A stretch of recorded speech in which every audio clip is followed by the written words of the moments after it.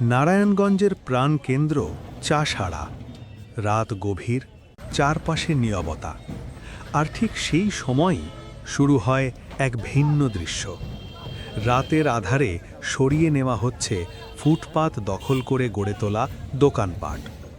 রবিবার দিবগত রাত থেকে চাষাড়া শহীদ মিনার এলাকায় দেখা যায় হকারদের তড়িঘড়ি করে নিজ নিজ দোকান গুটিয়ে নিতে। সামনের দিনের উচ্ছেদ অভিযানকে কেন্দ্র করে আধাম প্রস্তুতি নিচ্ছেন তারা। ধীরে ধীরে ফাঁকা হতে শুরু করেছে শহরের গুরুত্বপূর্ণ এই ফুটপাত। তবে প্রশ্ন একটাই, এই উচ্ছেদ অভিযান কতদিন চলবে? আবারও কি কিছুদিন পর ফুটপাত দখল হয়ে যাবে আগের মতোই? ভুক্তভোগী সাধারণ মানুষ বলছেন, স্থায়ী সমাধান ছাড়া এই সমস্যা কখনোই দূর হবে না। তাদের দাবি শুধু উচ্ছেদ নয়, ফুটপাতগুলোকে স্থায়ীভাবে দখলমুক্ত রাখতে নেওয়া হোক কার্যকর পদক্ষেপ। কেউ কেউ প্রস্তাব দিয়েছেন শহরের গুরুত্বপূর্ণ ফুটপাতগুলোতে লোহার ব্যারিকেড স্থাপন করে পথচারীদের চলাচল নিশ্চিত করতে হবে।